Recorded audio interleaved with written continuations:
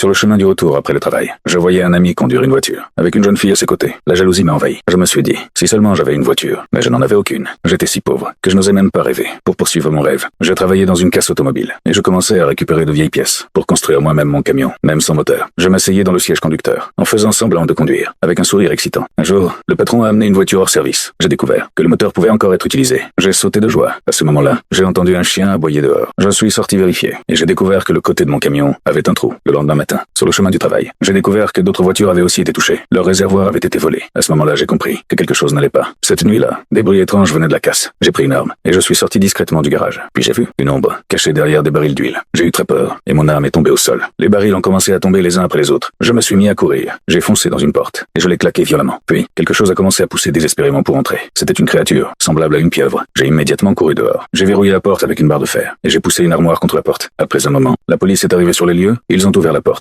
Mais à l'intérieur, il n'y avait rien. J'ai essayé d'expliquer désespérément, mais la police a simplement ri et est partie. À ce moment-là, j'ai compris que peut être le monstre aimait le moteur. Le soir suivant, j'ai placé des barils d'huile sous une presse hydraulique, et j'ai attendu silencieusement. Peu de temps après, la créature est revenue, mais cette fois, elle ne semblait pas effrayante. Au contraire, elle était presque mignonne. Elle a pris un baril, et a bu l'huile comme un milkshake. Je l'observais attentivement. Mais soudain, la créature a poussé un rugissement. Je me suis immédiatement affolé, et la presse hydraulique s'est mise en marche. J'ai essayé désespérément de l'arrêter, mais elle ne s'arrêtait pas. Juste avant que la créature ne soit écrasée, j'ai utilisé toute ma force, et je l'ai sauvée. La créature m'a attrapé, et m'a soulevé dans les airs, en poussant un cri de colère, perçant. Mais à ce moment-là, elle a vu mon